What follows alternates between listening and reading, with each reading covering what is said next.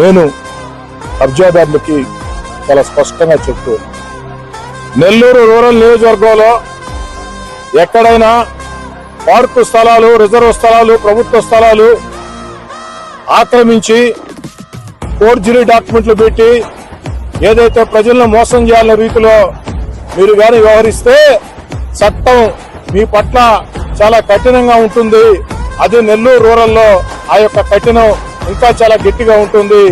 ఎక్కడైనా సరే ప్రభుత్వ స్థలాలు గాని లేదా రిజర్వ్ స్థలాలు గాని లేదా పార్కు స్థలాలు గాని కబ్జా చేసి ఫోర్జరీ డాక్యుమెంట్లు పెట్టి అమ్మి అటు ప్రజలను మోసం చేయాలనుకునే కబ్జాదారులారా, ఇలాంటి చర్యలకి నెల్లూరు రూరల్ నియోజకవర్గంలో మీరు పాల్పడితే తొలి హెచ్చరిక కింద రౌడీ షీట్లు ఓపెన్ చేస్తా, రెండో హెచ్చరిక కింద మిమ్మల్ని పీడీ యాక్ట్ కింద జైలు పంపించే పరిస్థితి కూడా వస్తుంది.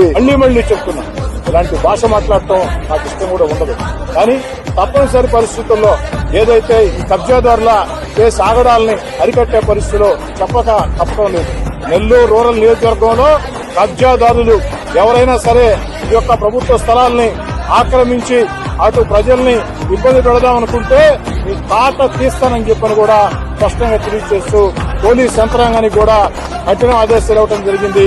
ఎక్కడైనా ఈ యొక్క భూముల పంచాయతీల్లో, భూముల మధ్యస్థాల్లో, డబ్బుల మధ్యస్థాల్లో ఎవరు ఏలు పెట్టినా వారి మీద వెంటనే నాన్ బెయిలబుల్ కేసులు పెట్టండి.